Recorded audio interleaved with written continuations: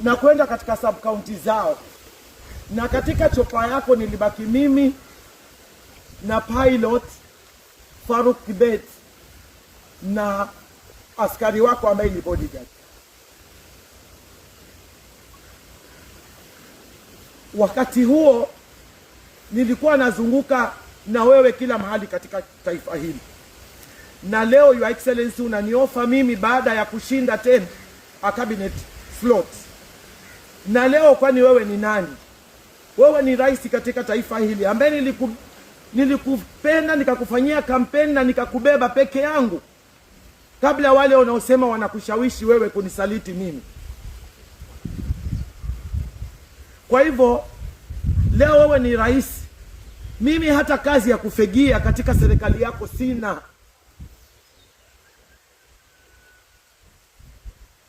Na nikamwambia ya kwamba umenihumiliate vya kutosha,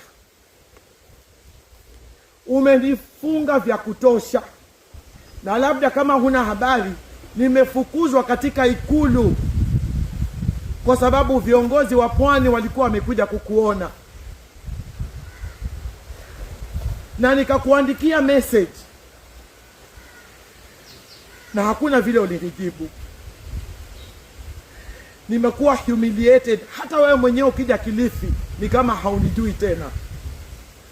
Your Excellency, kuniahidi tena mimi kwamba nikufanyie campaign ndio uje unipe cabinet slot, wakati wewe leo ni rais na mimi nimepitia yote yaliyo magumu katika serikali yako bila hata usaidizi. Imenichukua muda sana kuyavumilia yote haya, na mpaka mwisho ni leo umenisacrifice mara nyingi kwa neno moja tu, look at the bigger picture. Na nilimwambia I have no problem with the bigger picture, lakini nataka tu uwapatie watu wa Kilifi na hata mimi haki zangu za kidemokrasia.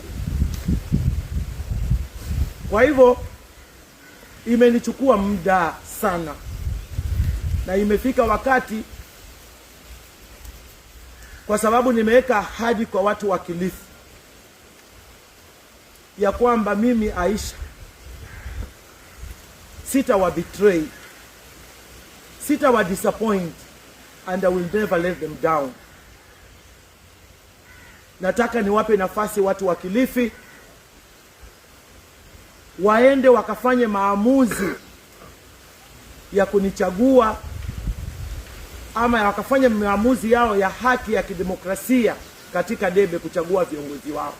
Na mimi nataka niwaahidi kutoka leo, kama nilivyosema, mimi si mwanachama tena wa chama cha UDA, na maamuzi nitakaoenda kuyafanya hapo mbeleni ni maamuzi ambayo watu wa Kilifi County wataniambia ni wapi nisimame, ili kila mtu akaweze kupata haki ya kufanya maamuzi katika debe. Kwa sababu Your Excellency, ninaombi tu moja, ninaombi moja kwako Your Excellency, kwa sababu hili ulilizungumza na limenipatia hofu sana. It is a threat. It was a threat to me.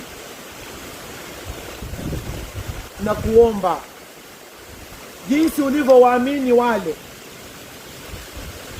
waache wakutafutie ama wakupiganie ndani ya pwani hii na Kilifi County.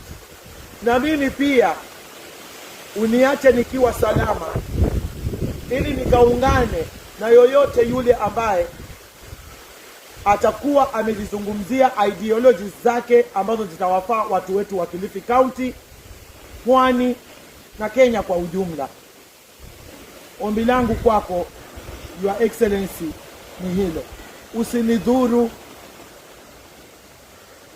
usinidhuru. Asanteni sana. Mungu aibariki Kilifi na wabariki watu wa Kilifi.